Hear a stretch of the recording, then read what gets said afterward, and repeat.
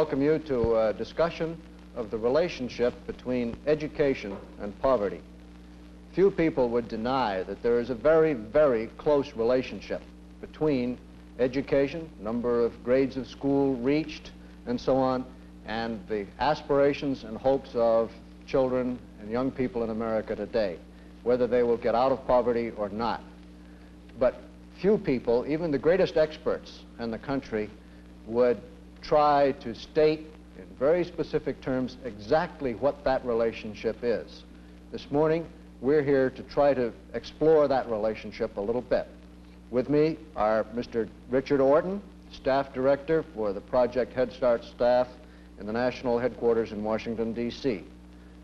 Mr. Stanley Sillette, Director of the Education Division of the Community Action Program.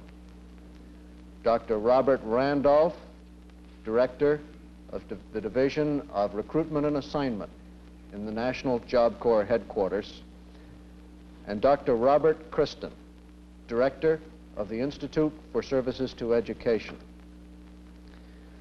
Stan, what have you learned, if anything, about the relationship between education and poverty over the last 2 years? Well, Chris, first I think that most people tend to see the relationship between poverty and education in strict income terms. That we tend to think of people who are poor being poor because of education, simply because they have not completed a given number of school years. And statistically, there is great backing for this. High school graduate earns so much more than a high school dropout. A college graduate earns so much more than a high school graduate.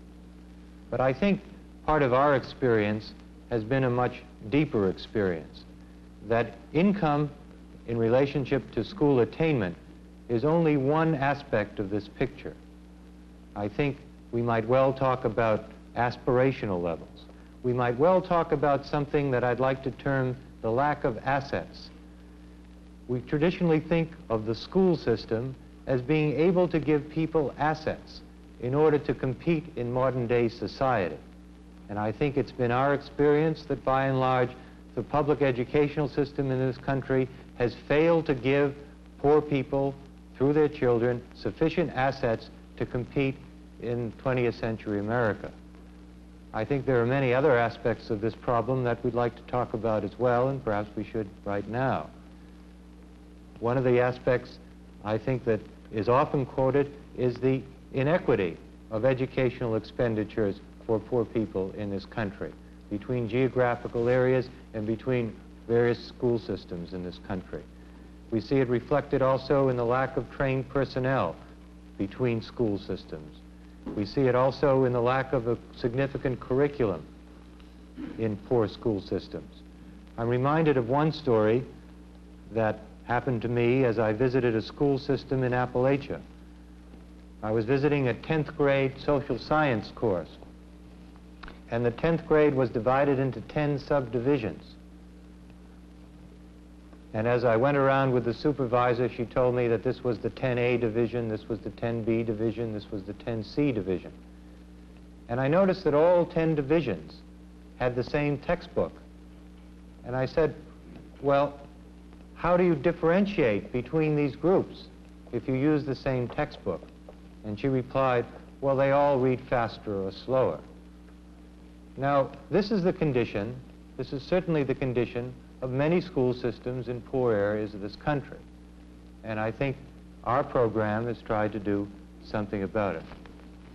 Bob, Kristen, would you say that there's something basically wrong with the entire educational system of the United States? Is that the problem we're wrestling with, or is it a more limited problem? And what are we trying to do in this educational process anyway? I think it's a bigger problem than just to say there's something wrong with the educational system. I think there's been something wrong for a long time with the attitude of Americans toward poverty. For a long time, speaking of spending money, Americans have been spending locally and federally, before there was a war on poverty, a lot of money to maintain poverty. A lot of money to maintain the people in poverty and to not make it possible for them to get out. And this is a waste of talent, and this is a waste of money. The War on Poverty program is not a federal handout, it's not federal spending. In the long run, if the communities work on this together, it will prove to be one of the great economies of our country and one of the great economies of the century, because we've already are spending, before there was a war on poverty, so much more money to maintain it by spending money for welfare and for institutions and for hospitals and for police and for jails and for prisons and for places for alcoholics and for dope addicts. And I think that we have to get rid of this attitude, and we have to adopt an attitude that has not in the past been very common to Americans. We have tended, since the country began, to split ourselves and to think in terms of splits. In the beginning of the country, we talked of the old world and the new world. And pretty soon we were talking in this country about the difference between the East and the West, and we still do that. And we were talking about the difference between rural and urban. And rural was the seat of all virtue, and urban was the seat of all vice. And the difficulty with that concept is we suddenly became predominantly urban, which would mean we are predominantly involved in vice.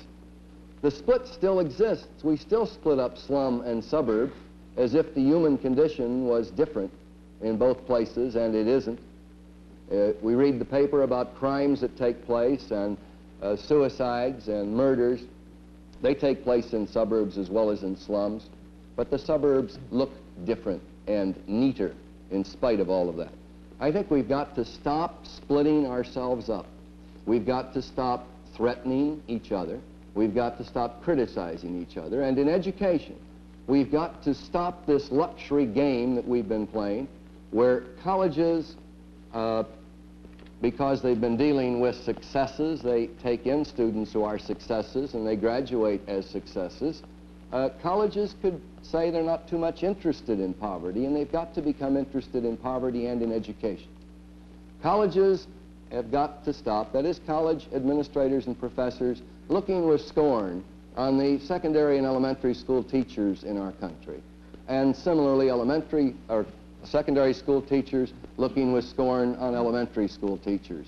And the urban school system looking down on the rural school system. I think we've got to stop this split because it's a luxury game we can no longer afford, and because it does something. It doesn't help poverty. It only helps to make it permanent. It only helps to maintain it if we fight and point fingers at each other. I think we are all at fault. I'm from college. I think the colleges are at fault. The high schools are at fault. The elementary schools are at fault. The churches are at fault, and the whole community is at fault, and someday we're going to all have to work together on this. Some people have said that in order to really be successful in eliminating poverty, you've got to do something about changing aspirations, about changing people's viewpoint, children's viewpoint of what they can aspire to. Have we really got any answers in this area? Dick, have you learned anything from Project Head Start? Do these projects around the country seem to show anything? I don't think there's anything that's been real solid and firm that we have learned that we can now postulate and say this is the new way to increase these motivations. I think that if we learned anything, actually it wasn't really learning, I guess it could be called relearning. It was the fact that the very fact of giving attention to poor people, the very fact of focusing on poor children in Head Start, for example, actively working with them as individuals has been a real learning experience for those people who were involved. I guess if we have heard it once, we've heard it 100 times from teachers who are basically middle class in their own orientation, their own backgrounds, meeting for the first time, face to face, last summer, poverty. One of the requirements of the Head Start program was that the teachers visit the homes of the children to establish a closer rapport between the educational institution and the home. And many of them have told us that they will never be the same again because of this experience of actually seeing this. And I think that by an exposure of that type, the aspirations can be improved because the teachers and others who are dealing with these children are going to become more tuned in to what the needs are. And when we are tuned in, then I hope they will be met individually. And when there are individual contacts rather than contacts on a mass basis, the aspirations can therefore be raised. Bob Randolph, has Job Corps discovered any modern magic miracle remedies to this problem of aspirations? No, I don't think we have, Chris, but I think in our association with the youngsters that we have and in our association with business firms who are employing them, I think I could reiterate what Bob Christen was talking about in terms of luxuries that we no longer can afford.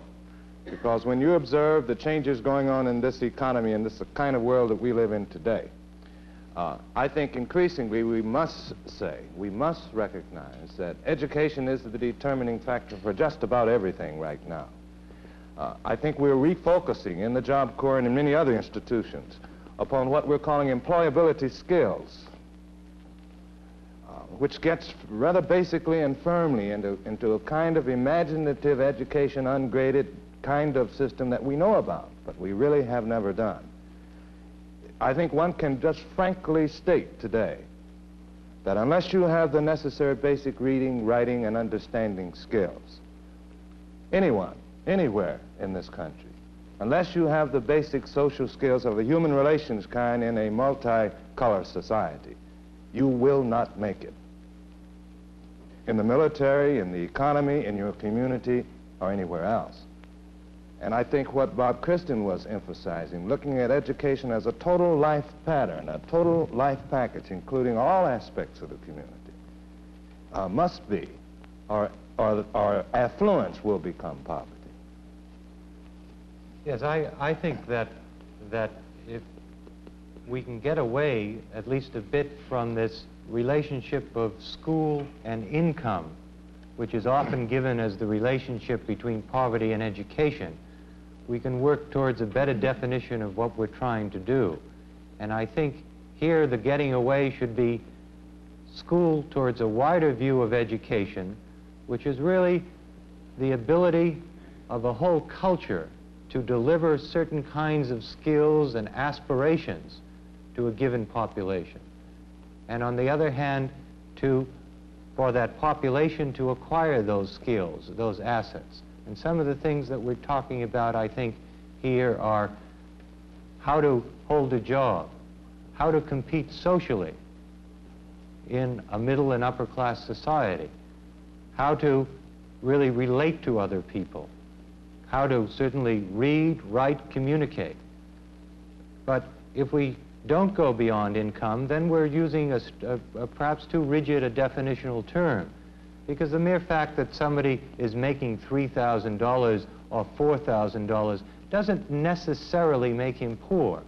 He becomes, I think, more poor or poorer when one views it in terms of these assets. Can he get a job? Can he get into training to get a job? Can he get into an adult education program in order to get into training in order to get a job? Can he go on to furthering education? And I think when we talk then in terms of how do you deliver these assets to poor people, here is where we really begin to talk about the role of the school, because certainly the school is the primary mechanism for delivering these assets to poor people. And I think here we're also talking about the school in relationship to other organizations and elements within the community. One of the things that we're learning across the board in OEO is that the schools cannot do it alone, that they have to significantly relate to other agencies in the community, to community organizations, to relate up and down the line in terms of governmental organizations at state and federal levels, to an extent that nobody has done to date. And this, I think, begins to get at the nature of challenge that we have here between education and poverty, that it's this interrelationship of organizations, which is often a very traumatic thing. This kind of coordination does not come easily. And we have certainly found this out at the federal level. Some people find it kind of contradictory, for instance, that the federal government should be channeling money through, for instance, the Elementary and Secondary Education Act into school systems to build up their capacity to deal with problems of poverty, among other things. And at the same time, particularly under several of the Office of Economic Opportunity programs, we're channeling money into other kinds of organizations which are not school systems, but which are definitely carrying out educational activities. For instance, we're making grants to religious groups to run Head Start projects. We're operating something called the Job Corps, which is completely apart from the high school and public educational system of the country. We're making grants to colleges and universities to run programs which are very similar to some of the things that some of the high schools are doing. And we make grants to both public and private colleges and universities. Is there something contradictory about this going both routes, you might say, both using religious groups and private organizations and creating new institutions and at the same time working through the existing institutions? What are we trying to do here? Well, I think, Chris, I think it fits in beautifully, because I think we've always known that every social, religious institution, whether it has education in its title or not, if it has an impact upon a person's life, it's educational. And I think the emphasis on many of these aspects fits into the philosophy that I think Stan is expressing. If a church has an impact on people's lives, if it has an opportunity, if it can reach a certain number of people to raise their level of aspirations, good, and let's help them. And any other organization of this kind. Chris, I wanted to say, too, it seems to me that listening to Stan, that you begin to realize another relationship between poverty and education. And that is, as programs have been set up primarily to do something about poverty and set up to do something also about education, we are learning something about education, not just for the poor, but about education. That's, I think, a partial answer to your question, Chris. There is diversity. We are getting from this a concept of education that's a little broader and I think a little better than what we previously had. That is, education is not simply the school. Education involves the community. It involves numerous experiences. I think all of us as educators are aware that what we now know, what skills we have, what confidence we have, came not from this course or that course only, but from a labyrinth of things that happened in and out of school, including mistakes and failures and people we met and conversations. And I think out of all these programs, we may learn that education involves more than just the schools. And it seems to me that we're also learning, as we try to work with the poor and raise their aspirations, that perhaps all education should have as its aim giving those who are being educated choices, giving them as many choices as possible so that those choices exist. They can choose certain directions they want to go in, certain things they want to do. And I think we've also learned through these programs that education helps to give an individual a sense of confidence in himself, a sense not only of his limitations, but a sense also of his virtues, his talents, and his potentialities. This makes, in the end, for a much more confident America. It makes for a country in which we are no longer wasting talent that is badly needed, but using it. And I think we're going to learn from the poverty programs a great deal about education of value from kindergarten through the PhD, and we're going to learn that education goes on beyond the schools and that we can learn all through our lifetime. Chris, I don't think that it's contradictory or inconsistent at all that there would be more than one federal agency involved in perhaps helping to resolve the same problem. I think it's a recognition on the part of our legislature, and this, after all, is a legislative decision, basically. It's a recognition that perhaps a little healthy competition might do the job a little better. I don't think that anyone here should get the impression that there is a feeling on the part of anyone in Washington that the schools generally, that we are critical, or that any group in Washington is critical of the schools in general. That is not true. I think it's safe to say that the schools have done an excellent job with most middle-class children, and particularly with the gifted children. Where the deficiency might lie, if there is one, is in the attention that is being given to the poor. For some reason, the fact of poverty, the existence of it, is a reflection on us as a country. And I think there is a very direct relationship between this and the educational process. And I think that the attempt to give funds to more than one federal agency to attempt to whip this is an indication that there may be more than one way, and that a recognition that one particular agency or one particular group doesn't have a monopoly on the competence to get this job done. And that if the result is a healthy competition, and a competition which will ultimately evolve into a synthesis which will result in an upraising or an uplifting of the whole environment, the whole education environment. And here I'm talking not only about school systems, but anyone else who is concerned with education and training, that the whole country is going to benefit from it. But that competition must be healthy. It cannot be a cutthroat kind of competition, then it's going to be wasteful, and we are not going to get the benefits which Congress hoped to get from their allocation. I was impressed by a story that a Head Start teacher told me about a month ago about a child that was in one of the last summer's Head Start classes who came from a city slum. And as part of the Head Start class, as part of the session, the children were taken out to a farm outside the city. And this child had never been outside the city. She'd seen a few books. She was 5 years old. But when she went to this farm, she was absolutely flabbergasted when she saw a cow, because she had always seen pictures of cows in books before, and to her a cow was 3 inches tall. And she said to the teacher, "But the cow is big."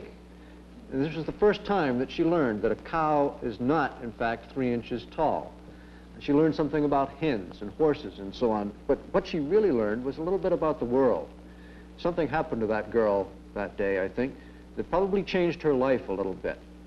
And I think one of the things that Head Start has done is to bring some new things to the educational system, like getting out of the classroom more with younger children, that are in fact helping to work on this problem of creating aspirations, creating a knowledge of the world about us, that is terribly important for those people who are not going to get that kind of knowledge through anything but the school system. Stan, I think? Yes, I think if you wanted to describe our educational philosophy in OEO, you would have to take a dual approach. I think that certainly we have established new institutions, Head Start, Job Corps, Upward Bound. I think we've tried to say that this is not necessarily a bad thing, that competition is good, but also I think that to say at any one point in time of American history or any other country's history that they have enough institutions without a careful examination of that perhaps is foolhardy. Maybe there's a need for a new institution here called the Job Corps or for Head Start. And we certainly feel that there is an immediate need. I think if you question us on how long the need, then we would begin to perhaps say, well, this would have to be absorbed into public education or taken out of OEO and put into the Office of Education or tied up a lot more closely. But there's a need for experimentation. There's a need for some dramatic experimentation. And we feel, at least in this way, the Job Corps and Head Start certainly have done these things. But at the local community level, I think the point about mobilization of resources is quite important and answers the question, can or should the schools do it alone? Well, I think our answer is definitely no. That the school system locally has to really align itself with other agencies and other groups if one is going to really get at this kind of definition of poverty in education, this definition of lack of assets, this cultural definition. And I can recall one story, again, of another community that I visited. And in this community, the school system was very poor. The per pupil expenditure was just about $300 per student, 1/3 of the amount that's in New York City today. And in that elementary school, about 25% of the teachers didn't even have a BA degree. Very little teacher training. Certainly no science courses at all at the elementary school level, something that's beginning to be introduced in a very large scale in many, many places in the country in urban and suburban school systems. Now, in that very same community existed a large chemical industry, which was a national concern. And in one small department of that chemical industry, there existed PhDs in all the sciences that could possibly be taught in that elementary school. And when I went to that community, I talked to that people in that industry, and I asked them, would they be willing to help out the school system, to go into the schools and help design a very modern science curriculum, to write materials, perhaps even to train some of the teachers? And they said, sure we would. I said, why haven't you done it? And they said, nobody ever asked us. Now, I would say that that school system is not really fulfilling its responsibility if it doesn't go outside its walls and begin to look at what are the resources within the community. And I think our whole philosophy of community action in education is to bring these elements together. Because unless we really do it, I think we're not really doing the job. I think it's very clear that no one can, in 30 minutes, can really come to a final answer of what the relationship is between education and poverty. But at least as far as the war on poverty and the Office of Economic Opportunity is concerned, there are certain things that can be said.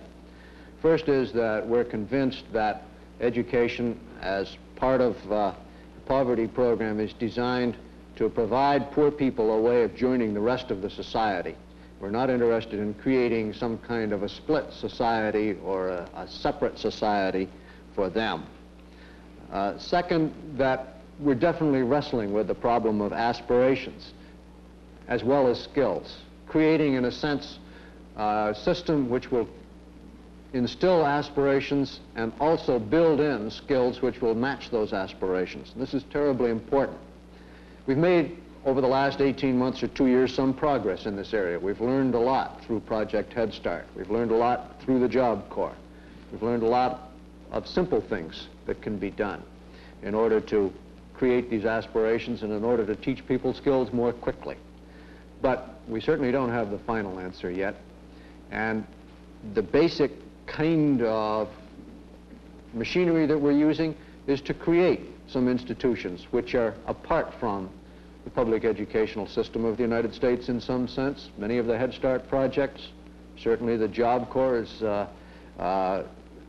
perhaps could be viewed as competitive even with high schools in the United States. Head Start projects as an institution similar to kindergarten, first and second grade. What we're trying to do is to create these parallel institutions, to experiment with new methods, and then to feed these methods back into the existing institutions.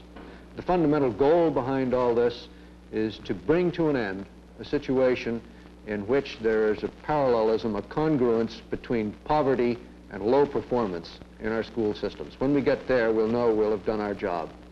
Thank you very much.